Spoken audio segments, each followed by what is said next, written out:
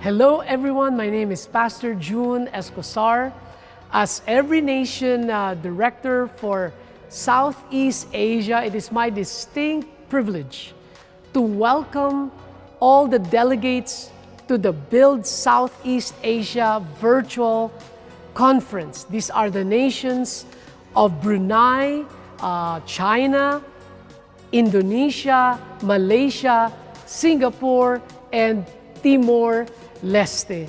We welcome you to this Facebook private group for all the delegates to interact with one another and share updates that leads to the day of the conference. Again, our threefold purpose while we are gathering together is to continue to equip and train you for the works of the ministry. Secondly, to reinforce and clarify our mission and vision, why we exist as a ministry. And thirdly, of course, to strengthen our relationship together. I hope that each of you look forward to this very, very exciting conference we have. So just please participate, be involved in our Facebook private group. Looking forward to see you at the day of the conference, October 13 and 14. God bless you all.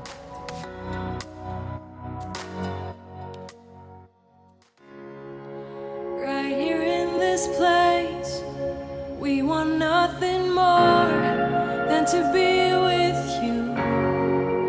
Be with you. Right here in your peace, nothing else will do than to be with you. Be with you. Be with you.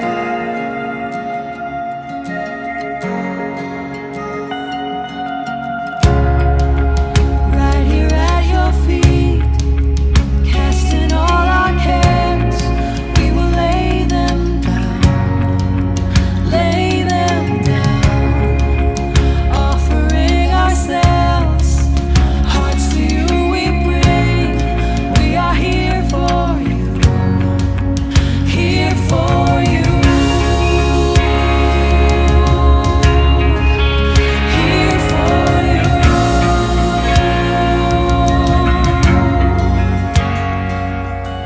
Flesh will fade in Baik Bapak Ibu Saudara sekalian, terima kasih untuk kesetiaan Bapak Ibu selama ini yang berjalan bersama-sama kami, juga setiap pemberian yang Bapak Ibu sudah berikan di tengah-tengah keadaan pandemi dan dampaknya kepada ekonomi.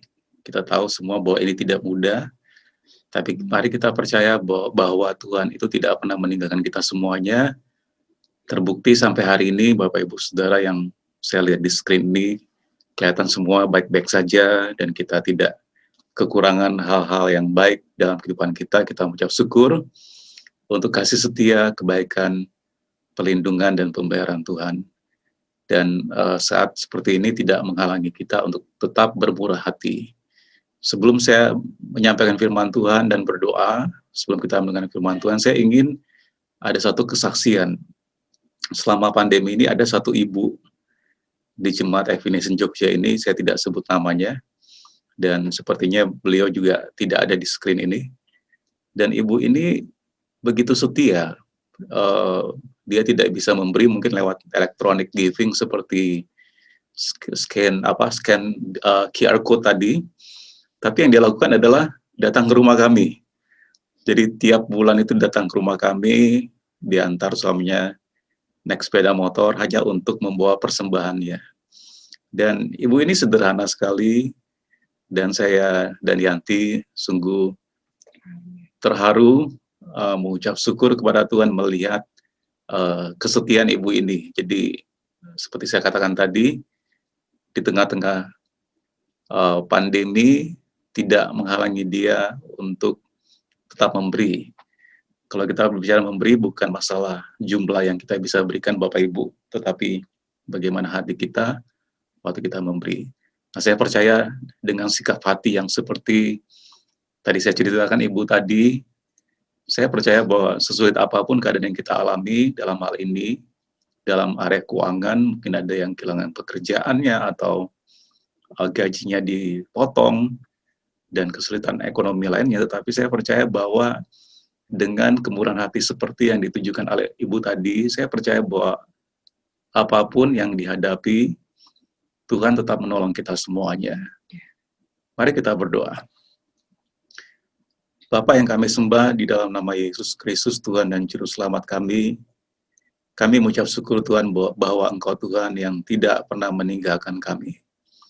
Meskipun kehadiran-Mu kami tidak bisa lihat, kami kadang-kala mungkin tidak bisa merasakan kehadiran-Mu, tetapi kami tahu bahwa Engkau ada di sana dan selalu memperhatikan kami, mengetahui isi hati kami, pikiran kami, jalan-jalan dan keputusan yang kami ambil. Engkau melihat pergumulan kami, setiap masalah yang kami hadapi, dan Engkau Tuhan yang menolong kami. Engkau melihat dan mendengarkan seruan kami, dan tangan-Mu menjangkau dari tempat tinggi untuk menolong kami dengan cara-cara yang mungkin kami tidak bisa pikirkan. Karena Engkau Tuhan yang bekerja di balik semua kejadian yang kami alami, baik di usaha kami, pekerjaan kami, profesi kami, atau sebagai pelajar, mahasiswa.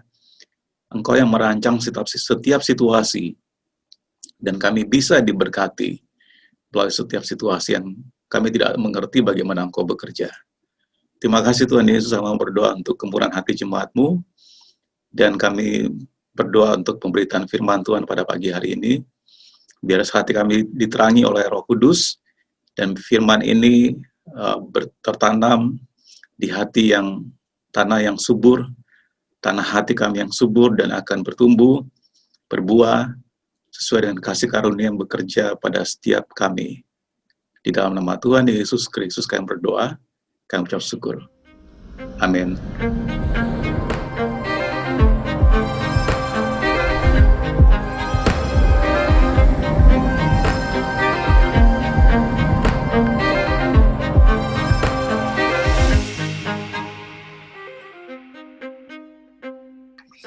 Bapak Ibu, saudara sekalian, saya akan mulai share screen PowerPoint saya, dan kita akan melanjutkan seri khotbah The Gospel Explained, atau Injil yang dijelaskan. Dan mari kita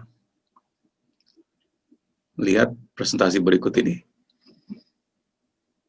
Apakah sudah kelihatan di screen Bapak Ibu presentasinya?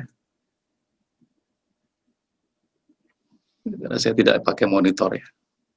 Sudah, Pak. Oke, baik, terima kasih Aji, Dita. Pada hari ini, Minggu 11 Oktober, bersama saya, kita akan mendengarkan selanjutan seri khotbah dari The Gospel Explained, dan kita ada di minggu ke-13, dan seperti yang sudah saya sampaikan di kanal YouTube, bahwa tujuan dari akhir dari seri khotbah ini, kita akan memiliki pemahaman yang lebih jelas tentang kuasa Injil dan implikasinya bagi kehidupan kita sewaktu kita mempelajari kitab Roma.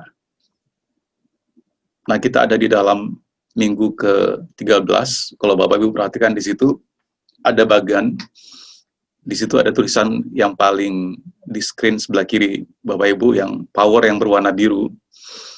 Rasul Paulus berkata bahwa Injil adalah kuasa Allah yang menyelamatkan. Dan power yang berwarna biru itu kita sudah melewati minggu 1 sampai minggu 7, bagaimana manusia dengan kesalehannya tidak bisa menyelamatkan dirinya sendiri. Dengan agama, dengan perbuatan baik, dengan ibadah, tidak bisa menyelamatkan diri sendiri. Mereka membutuhkan anugerah Tuhan, anugerah Allah. Kuasa yang menyelamatkan itu diberikan, bukan diusahakan.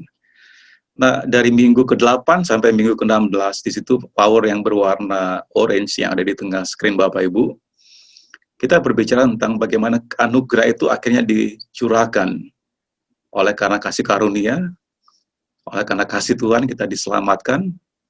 Kemudian anugerah itu dicurahkan, dan anugerah tersebut tidak hanya berbicara tentang keselamatan, tetapi anugerah atau kekuatan Allah ini yang menyelamatkan setiap orang percaya tidak hanya berbicara tentang keselamatan nanti, pada hidup yang kekal nanti, tetapi anugerah tersebut juga dicurahkan bagi kita semua, Bapak, Ibu, Saudara semua yang dikasih Tuhan, agar kita dimampukan untuk menghadapi kehidupan kita di muka bumi ini. Anugerah Tuhan yang memberikan kita kuasa untuk memerintah, kuasa untuk mengatasi setiap hambatan, tantangan, permasalahan yang kita hadapi, termasuk seperti saat ini kita masih di tengah-tengah pandemi yang belum berakhir.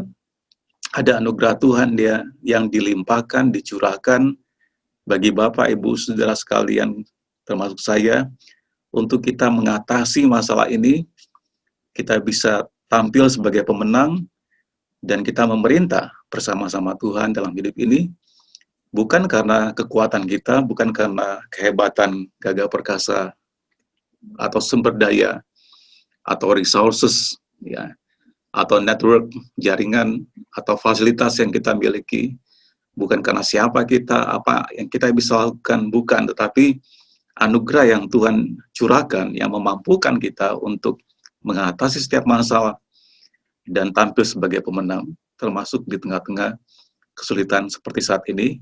Kita percaya anugerah Tuhan tersebut memampukan Bapak, Ibu, Saudara, dan saya, kita semua bisa mengatasinya dan keluar sebagai pemenang. Jadi kita ada di minggu ke-13 pada 11 Oktober. Nah, nanti minggu depan, tanggal 18 Oktober, saya akan melanjutkan lagi. Dan setelah itu kita masuk kepada pattern yang warna hijau, itu berbicara tentang pola Injil selama 3 minggu, kemudian minggu 20 sampai 23 bagaimana Injil tersebut dipraktekkan. Jadi ini overview untuk menjadi gambaran jelas bagi Bapak, Ibu, Saudara sekalian. Dan slide selanjutnya di sini adalah tema atau judul khotbah yang sudah kita lalui, dan yang berwarna biru tadi itu yang bagian kuasa yang dibutuhkan, bagaimana Rasul Paulus berkata, aku tidak malu akan Injil, karena Injil adalah kuasa yang menyelamatkan setiap orang yang percaya, pertama-tama orang Yunani dan juga orang Yahudi. Kita sudah belajar bagaimana manusia itu tidak benar, mereka tidak bisa membenarkan diri mereka sendiri, mereka tidak bertobat, mereka berbuat dosa, dan dalam perbuatan dosa mereka berusaha melakukan agama, tidak cukup juga untuk menyelamatkan, dan bagaimana hati mereka tidak disunat, mereka meskipun melakukan agama, tetapi hati mereka jauh dari Tuhan, juga tidak memenuhi syarat untuk mereka diselamatkan, tapi kemudian anugerah Tuhan dicurahkan, kesetiaan Tuhan, karena dia sudah berjanji bahwa dia akan memberikan juru selamat, karena sudah ada di dalam kitab-kitab perjanjian lama, dan dinyatakan ketika Yesus Tuhan datang ke muka bumi ini, dia mencurahkan anugerahnya tadi, melalui kedatangan Tuhan Yesus ke muka bumi ini. Ngomong-ngomong, kita sudah ada di bulan Oktober, dan sebentar lagi Natal, ya. Kalau di Filipina, begitu September, suasananya sudah Natal. Jadi kedatangan Tuhan Yesus yang kita peringati dengan Natal, itu adalah kesetiaan Allah yang dicurahkan. Meskipun manusia berdosa, tapi dia mengasihi manusia dan ingin menyelamatkannya. Nah, inilah janji Tuhan yang dinyatakan. Dan hasil dari pembenaran ini kita memiliki damai dengan Allah. Nah, itu tadi seluruh biru itu yang kita sudah lewati. Tahap pertama atau kita sebut dengan anugerah yang dibutuhkan untuk diselamatkan. Lalu kemudian kita masuk ke yang orange ini, anugerah Tuhan menyebabkan kita bisa hidup baru, dan kita menjadi hamba Allah, hamba kebenaran, bukan hamba dosa lagi. Meskipun di tengah-tengah kehidupan kita ada conflict of desires, Rasul Paulus berkata bahwa aku tahu apa yang baik, apa yang benar, apa yang suci, tapi bukan apa yang baik, yang benar itu yang dia lakukan, justru sebaliknya. Dia berkata, celakalah aku. Tapi kemudian dia berkata, puji Tuhan, karena Tuhan Yesus Kristus sudah diberikan agar kita diselamatkan, dan anugerah Tuhan lebih berkuasa daripada konflik keinginan atau nafsu dalam diri kita semuanya. Dan kemudian minggu lalu, Oktober tanggal 4, Roma 8 kita masuk di situ, dan judulnya Life in the Spirit, bagaimana kita setelah kita menjadi hamba kebenaran, hamba Allah, kemudian kita hidup dengan dipimpin oleh Roh Allah, oleh Roh Kudus. Dan firman Tuhan berkata bahwa barang siapa yang dipimpin oleh Roh Tuhan, mereka adalah anak-anak Allah. Dan dikatakan sebagai anak-anak Allah kita berhak terima janji-janjinya. Nah, ini saya overview, saya jelaskan dari Juni tanggal 7 sampai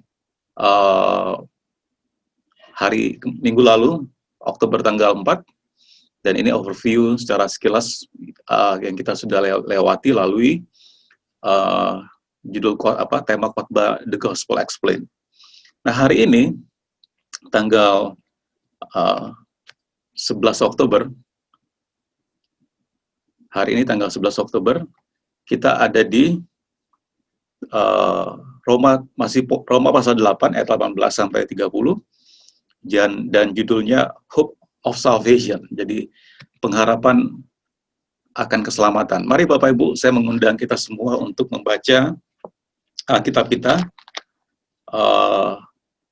di Roma pasal 8, 18 sampai 30. Boleh kita dibuka semua mic-nya, minta tolong host-nya, operatornya buka semua mic-nya, kita baca bersama-sama agar saya bisa mendengarkan suara Bapak Ibu.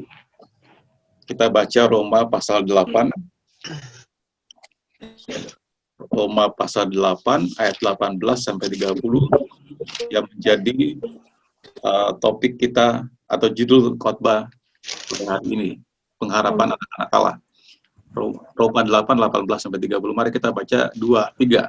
Sebab aku yakin penderitaan zaman sekarang ini tidak dapat dibandingkan dengan kemuliaan yang akan dinyatakan kepada kita.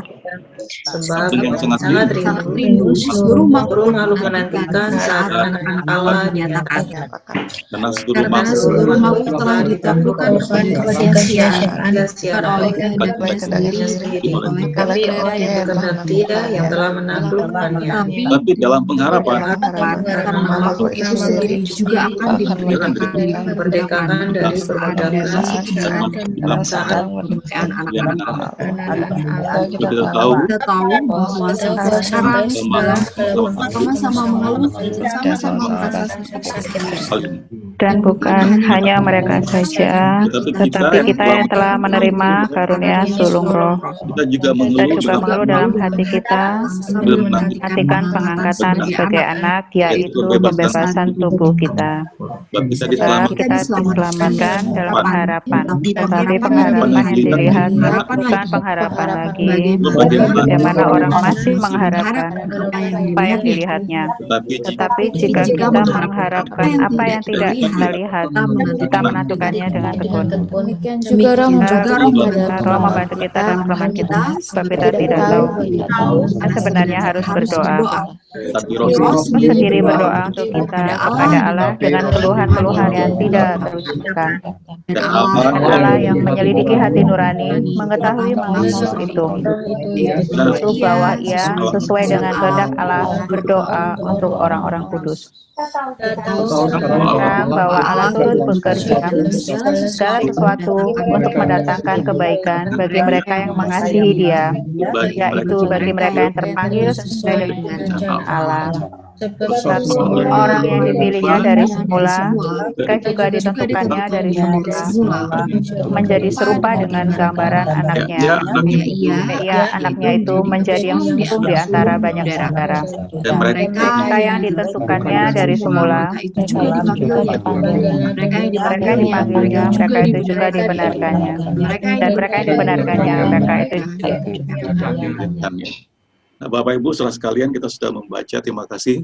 Kita sudah membaca Roma 8, 18 sampai 30. Yang menjadi highlight kita atau yang kita soroti adalah ayat 18. Sebab aku yakin bahwa penderitaan zaman sekarang ini tidak dapat dibandingkan dengan kemuliaan yang akan dinyatakan kepada kita.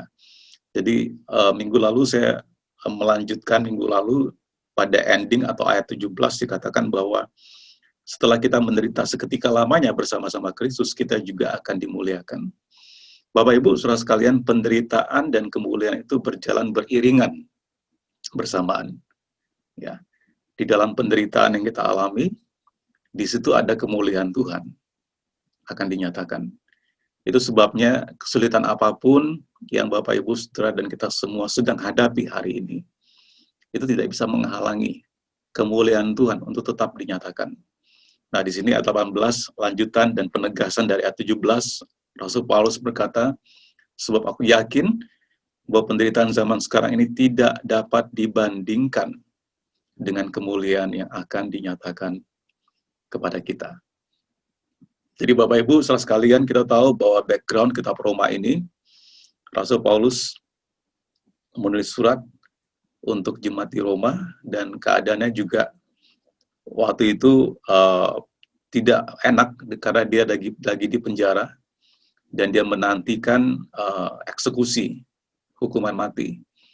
Tetapi di tengah-tengah penderitaan yang dia alami, Rasul Paulus berkata, tidak dapat dibandingkan dengan kemuliaan yang akan dinyatakan kepada kita. Jadi kita tahu bahwa sebagai orang Kristen, kita tidak hanya dipanggil untuk hidup diberkati dan kita melihat semuanya baik, tapi cepat atau lambat, suka tidak suka, siap tidak siap, kita semua pasti akan mengalami penderitaan, kesulitan yang kita alami. Tapi sekali lagi kabar baiknya, penderitaan itu berjalan bersama dengan kemuliaan. Dan kalau kita memiliki cara berpikir bahwa akan ada kemuliaan yang akan datang, Bapak Ibu Saudara, ada kemuliaan yang dinyatakan akan datang ya di depan kita. Ini berbicara tentang hidup yang kekal, ini bicara tentang keselamatan ya. Bahwa kita akan bersama-sama dengan Tuhan Yesus di surga.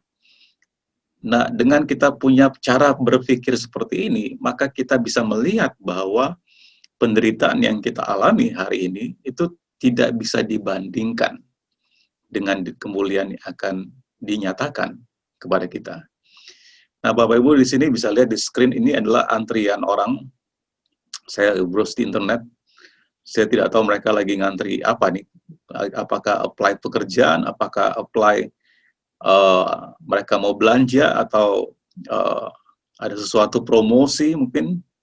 Ya, kadang-kadang karena kayak launching iPhone atau kadang-kadang diskon besar, ya. Ini mereka rela mengantri. Mereka rela mengantri, ya, panas terik. Di Amerika dikatakan kalau udah musim Christmas itu banyak sale-sale, orang rela antri di bawah udara dingin, salju, ya, untuk mendapatkan sale, ya, untuk mendapatkan diskon besar setiap menjelang Natal. Jadi, kenapa mereka rela mengantri? Kenapa mereka rela mengorbankan waktu, tenaga, ya, upaya mereka untuk mendapatkan apa yang mereka inginkan, yang mereka antrikan. Nah,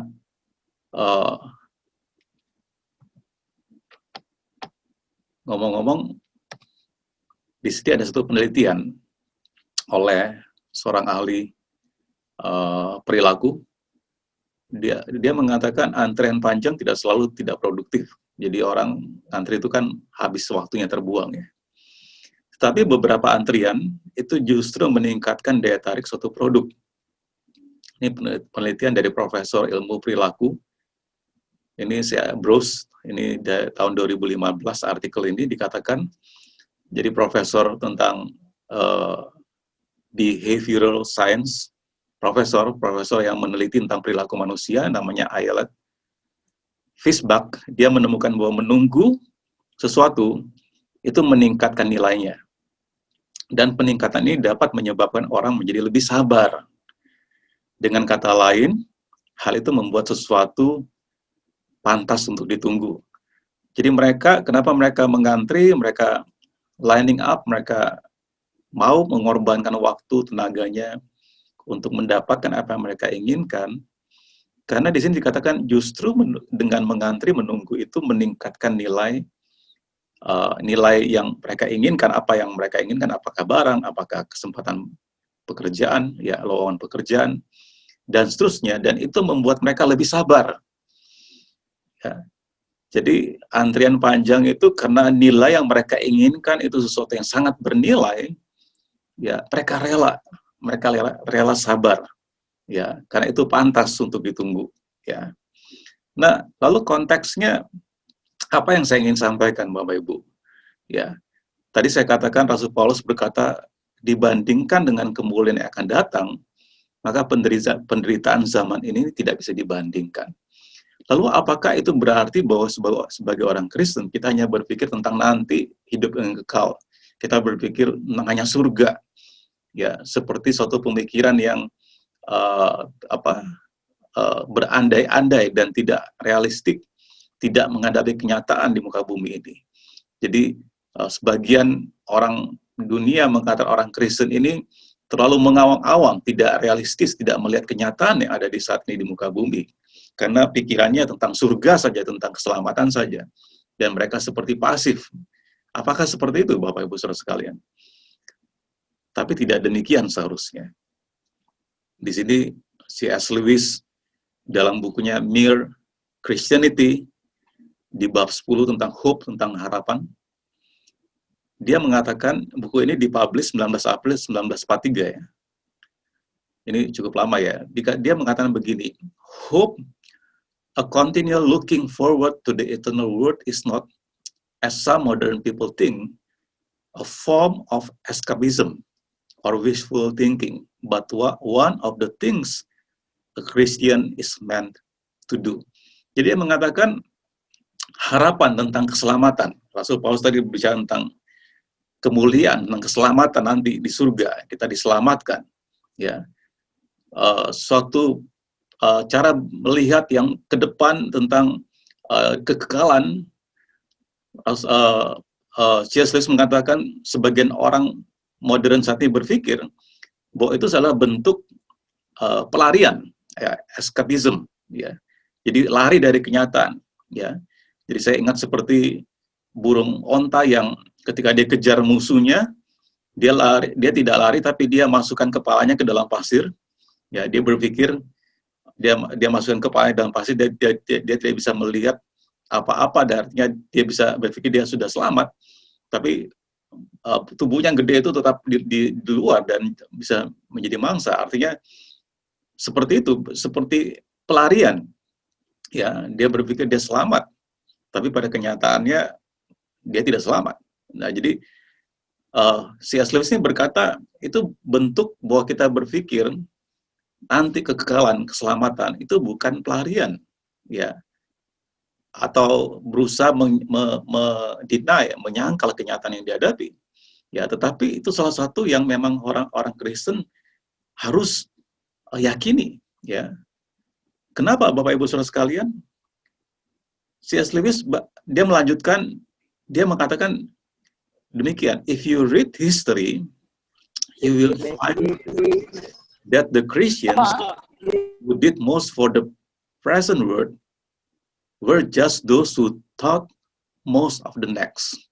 Jadi dia melanjutkan begini, kalau kita belajar sejarah, kita akan menemukan justru orang-orang Kristen ini yang berpikir tentang masa depan, yang berpikir tentang kemuliaan tadi, tentang keselamatan, tentang hidup di surga nanti. Ya, itu adalah justru mereka yang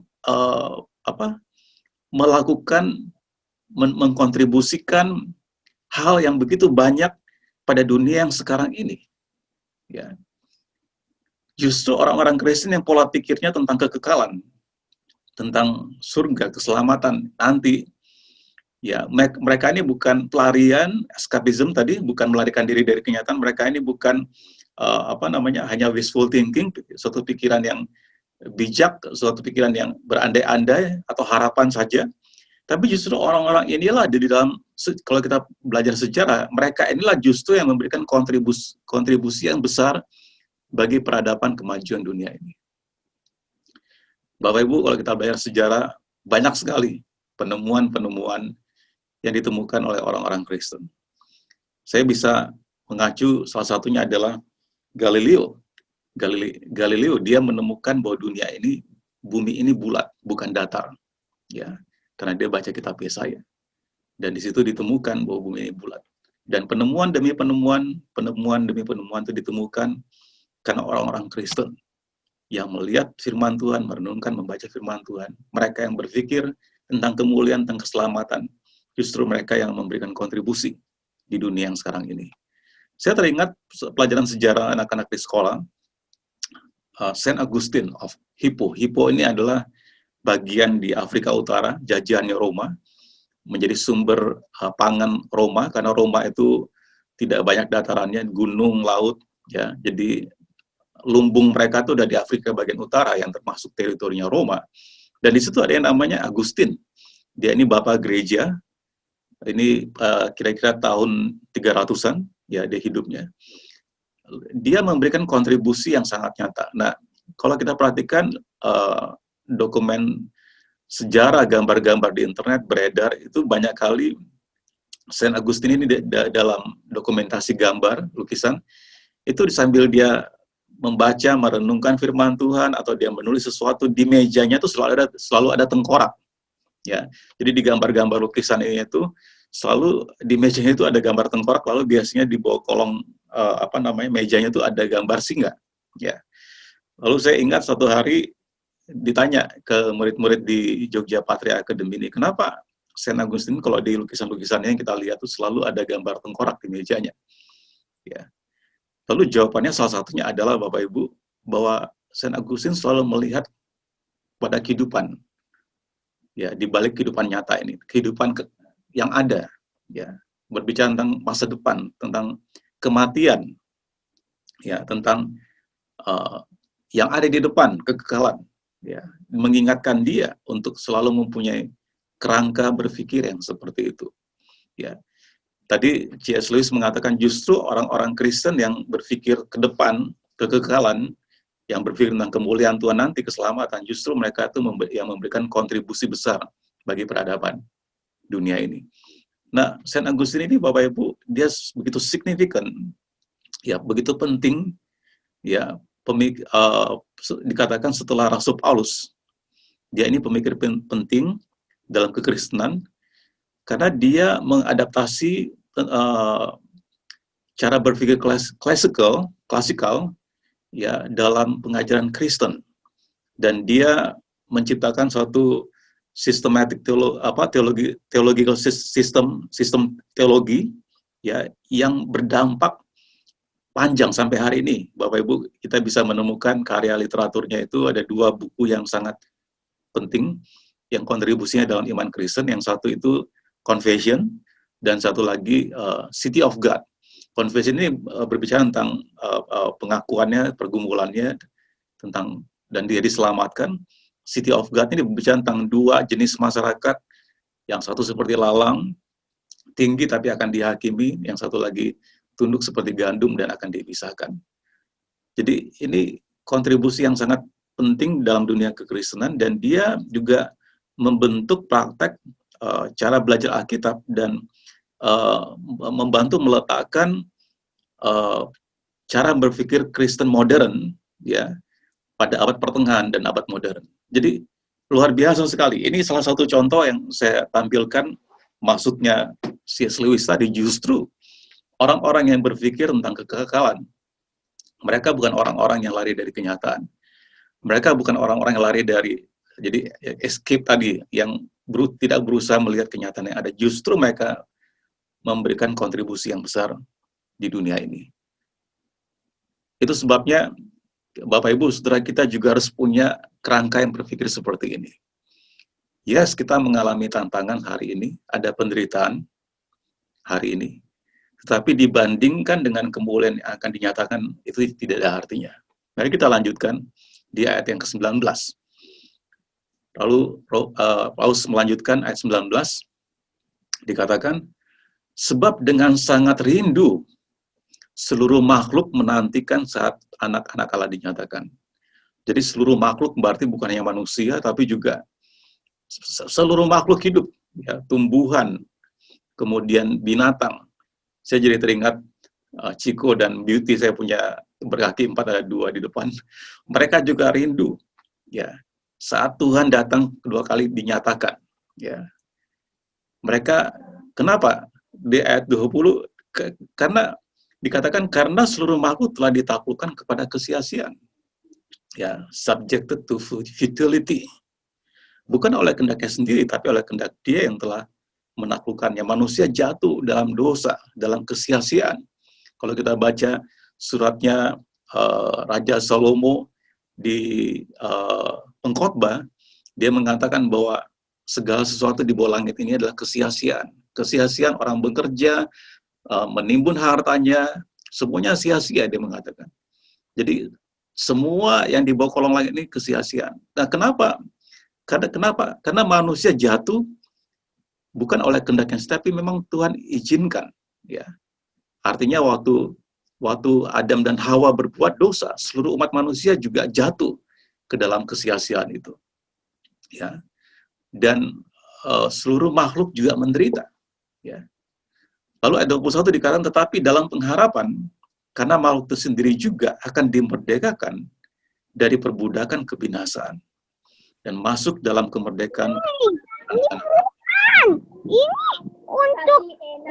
Tolong di-mute hostnya, ya. Makasih. Jadi dalam pengharapan, karena semua makhluk itu sendiri juga akan dimerdekakan dari perbudakan kebinasaan.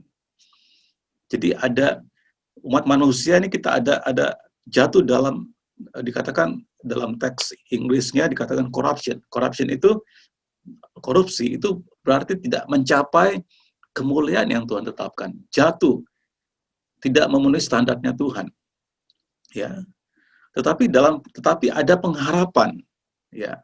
Dalam penderitaan itu ada pengharapan bahwa makhluk tersebut akan dimerdekakan ketika Tuhan Yesus datang ke muka bumi ini kedua kali, ya. Sebab kita tahu bahwa sampai sekarang segala makhluk sama-sama mengeluh, ya. Lihat, sama-sama mengeluh dan sama-sama merasa sakit bersalin. Kita semua mengeluh mungkin. Kita semua seperti sakit bersalin, ya.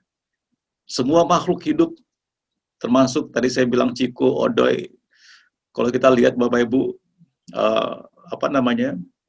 kita ngeri, ya. Berapa banyak Bapak Ibu yang kalau masuk ke air, kadang-kadang bukan hanya ke berenang di laut, tetapi mungkin ada yang punya trauma berenang di kolam, khawatir ada sesuatu dari kolam itu yang muncul lalu menggigit kita, ya. Karena kita punya trauma, mungkin lihat di National Geographic, hiu, ya, atau binatang-binatang buas. Nah, kenapa mereka bisa seperti itu? Jadi jahat, jadi ganas. Itu dosa, karena akibat dosa. Karena nanti di kitab Yesaya diceritakan bagaimana bayi tidur berdampingan dengan ular tedung, ya. Lembu sapi dan singa berdampingan. Nah, itu akan terjadi pemulihan. Ya, bisa bayangkan bayi dengan ular tedung berdampingan dan sapi dan singa akan berdampingan, itu melambangkan ada damai sejahtera, ada pemulihan nanti ketika Tuhan datang kedua kali, kita akan dipulihkan. Semua kejahatan itu akan hilang, ya, dikembalikan seperti waktu Adam dan Hawa belum jatuh dalam dosa, semua in harmony, dalam damai sejahtera, ya. Dan di sini dikatakan, kita sekarang tahu bahwa segala makhluk itu mereka juga mengeluh, sama-sama merasa sakit bersalin, ya. Dan bukan hanya mereka saja, ayat 23, tetapi kita yang telah menerima karunia sulung roh, kita juga mengeluh dalam hati kita sambil menantikan pengangkatan sebagai anak, yaitu pembebasan tubuh kita. Nah, kabar baiknya kita diberikan Roh Kudus, itu adalah jaminan, jadi kayak down payment, ya, diberikan panjar atau uang muka, down payment, untuk kita menerima barangnya nanti, ya. Kita sudah diselamatkan, Roh Kudus itu adalah seperti jaminannya, ya, down payment-nya, ya. Nah, sampai nanti Tuhan datang kedua kali. Ketika Tuhan datang kedua kali, ya, Roh Kudus ini adalah jaminan yang bahwa kita akan diselamatkan.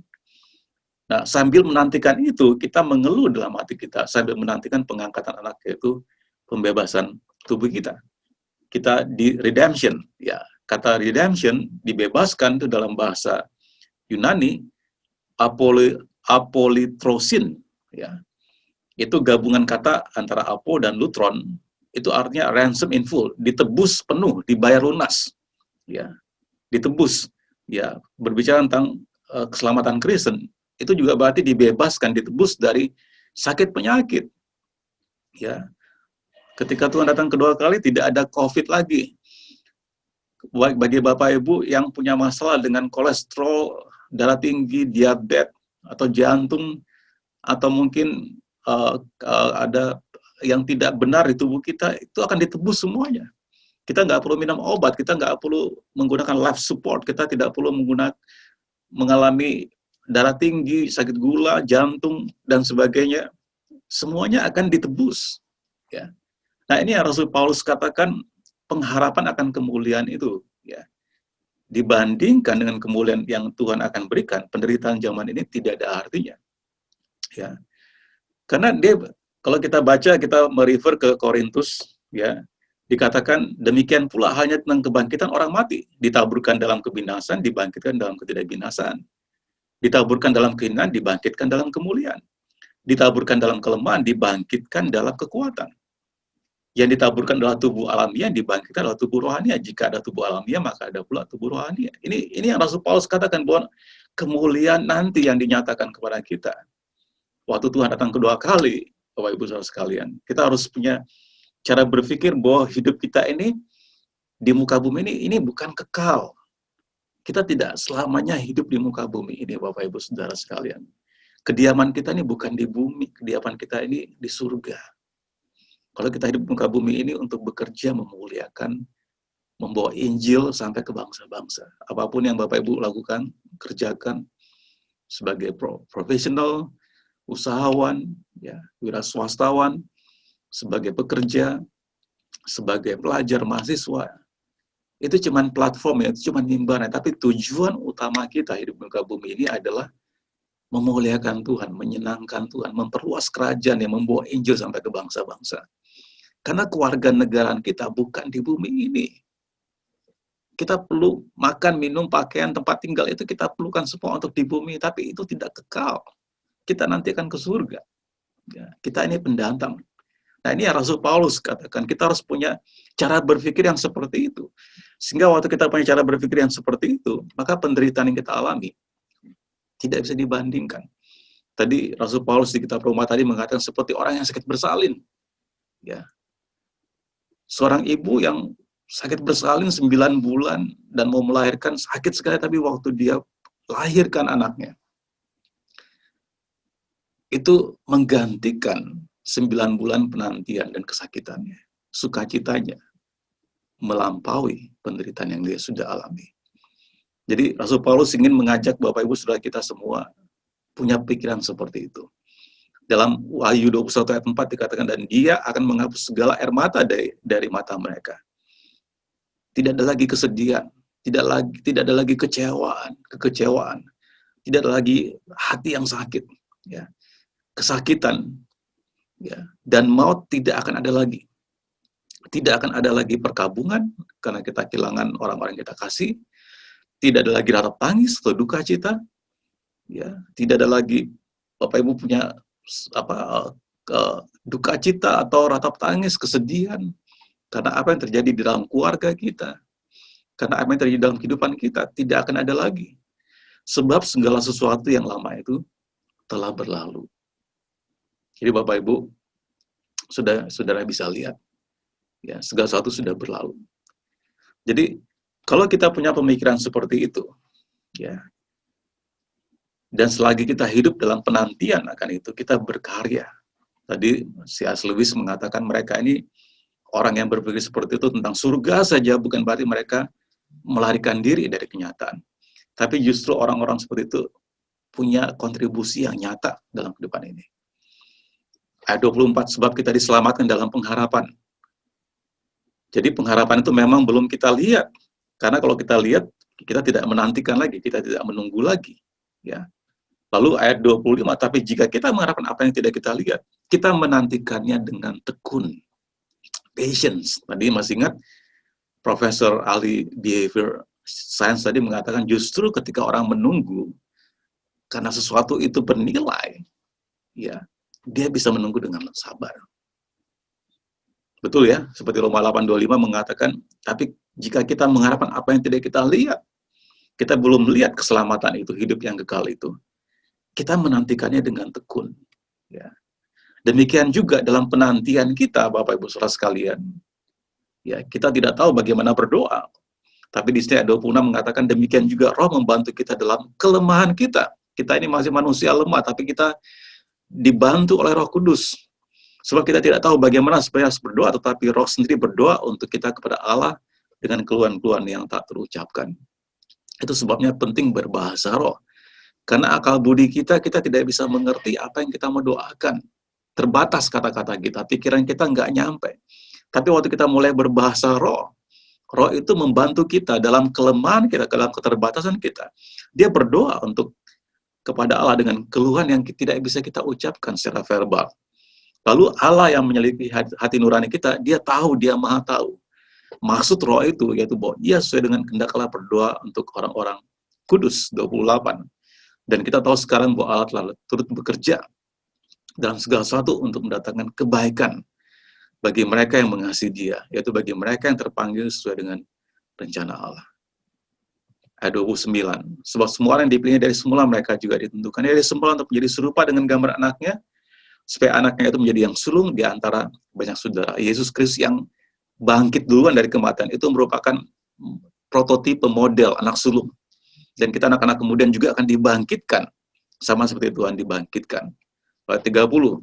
Dan mereka yang ditentukannya dari semula mereka itu juga dipanggilnya, dan mereka yang dipanggilnya mereka itu juga dibenarkannya, dan mereka dibenarkan mereka itu juga dimuliakannya. Dimuliakan di sini berarti diselamatkan, hidup yang kekal. Jadi Bapak Ibu saudara sekalian, mari saya ingin menyampaikan 3 poin yang sederhana. Saya menutup presentasi khotbah ini. Yang pertama, jangan menyerah. Don't give up. Apapun yang Bapak Ibu saudara dan saya hadapi hari-hari ini, don't give up, jangan menyerah. Yang kedua, Bapak Ibu saudara dan saya, kita semua tidak sendirian dalam hal ini. Rasul Paulus mengatakan, saudara-saudaramu di seluruh dunia juga menanggung hal yang sama. Kita tidak sendirian dalam hal ini.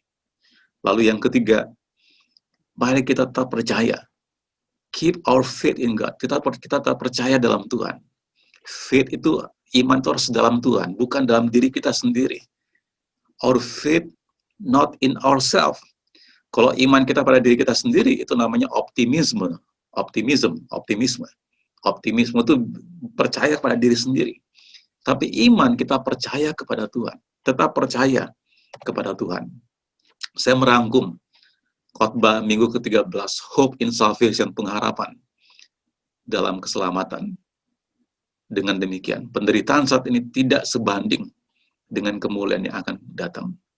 Roh Kudus memampukan kita untuk melewati penderitaan ini, dan pada akhirnya adalah kebaikan. Tuhan turut bekerja dalam segala sesuatu di tengah-tengah pandemi ini. Luar biasa Bapak Ibu. Saya pribadi kagum dengan apa yang Tuhan kerjakan. Ya, banyak orang yang sakit, meninggal, kehilangan, mengalami kesulitan ekonomi. Tapi di sisi yang lain saya melihat Tuhan bekerja untuk mendatangkan kebaikan bagi kita semuanya. Dan akhirnya adalah kemuliaan Tuhan akan dinyatakan. Mari kita berdoa. Tuhan yang kami sembah dalam nama Yesus Kristus, Tuhan yang Juru Selamat kami, hamba berdoa untuk seluruh jemaat-Mu Tuhan, baik yang hadir di Zoom ini maupun yang tidak hadir, agar kami tidak dikuasai oleh kesulitan yang kami sedang hadapi saat ini, agar kami tidak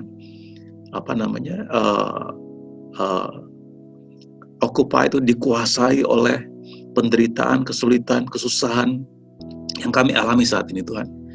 Tapi biarlah kami mengarahkan pikiran kami Tuhan akan janji keselamatan. Karena Rasul Paulus berkata tadi di Roma 8:18 tadi, yang menjadi teks kami, bahwa dibandingkan dengan kemuliaan yang akan dinyatakan, penderitaan hari ini tidak dapat dibandingkan kemuliaannya. Tuhan, kami berdoa biar kami semua jemaat-Mu punya cara berpikir yang demikian. bahwa kemuliaan yang akan kami terima nanti, kami akan bersuka cita, kami akan hidup kekal selama-lamanya, tidak ada lagi kesedihan, tidak ada lagi air mata, duka cita, sakit hati, tidak akan ada lagi kesulitan, keterbatasan tubuh kami, penyakit kami Tuhan, tapi kami betul-betul dibebaskan hidup selama-lamanya. Biar cara berpikir seperti itu membuat kami melihat penderitaan yang kami alami saat ini tidak ada bisa dibandingkan Tuhan. Dan dalam penantian kami akan kedatangan kedua kali, kami berkarya Tuhan. Kami memberikan kontribusi yang nyata di dunia sekarang ini. Di apapun bidang yang kami kerjakan, kami memberikan kontribusi yang nyata. Dalam pekerjaan kami, dalam studi kami, dalam usaha kami, agar nama-Mu dipermuliakan, dinyatakan Tuhan. Terima kasih Tuhan, berdoa di dalam nama Tuhan Yesus Kristus. Berkati semua jemaat-Mu Tuhan yang hadir maupun yang tidak hadir di ruang Zoom ini. Di dalam nama Tuhan Yesus Kristus kami berdoa. Amin.